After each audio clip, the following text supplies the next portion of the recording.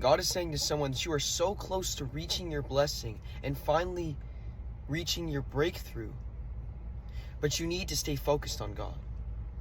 Because God is about to open that door, and you're so close to opening that door and walking right through it. But as soon as you're about to step into that door, you get distracted by the things of the world, your old habits, your old ways of thinking.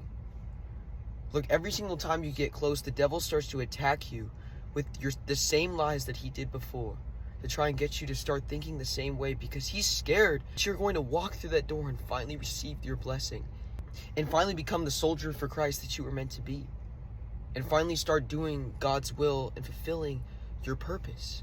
Look, the Bible tells us that whom the Son sets free is free indeed. So whenever the devil starts to lie to you that you can't be freed, that this is going to stay with you forever, he's wrong. Look, you are in a spiritual battle, a war, and every time the devil throws those lies against you, it's because you're getting closer, not because you're getting farther away.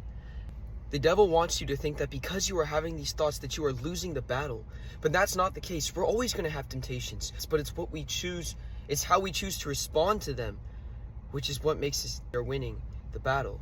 Look, and the Lord needs you to start responding with His truth, with His word. This actually reminds me of the story in the Bible where Jesus calls out to Peter, and Peter, out of faith, starts walking on the water. But as soon as he takes his eyes off Jesus and he looks at the waves, he starts to doubt him, and he's afraid, and he starts to sink. God needs you to keep your focus on Him, because as soon as the devil confronts you with those lies, you have a choice. You can either sink in all of your shame and your doubt and your fear like you've always done before, or you can choose to confront the way that you're thinking and change your mindset.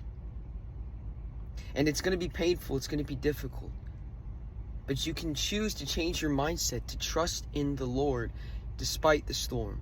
We have that choice. And a lot of times we choose to sink in all of our shame and our doubt because it's easier. But we have to make that hard decision. And we have to choose to trust God even when it seems impossible. Just like faith allowed Peter to stand on top of the waves, your faith in the Lord can make you stand above the storms. So instead of numbing yourself by sitting in that self-pity, keep your focus on God and go back to God in prayer and in the Word. Don't distract yourself from the problem, but truly go to the Lord and watch Him renew your mind and change your life.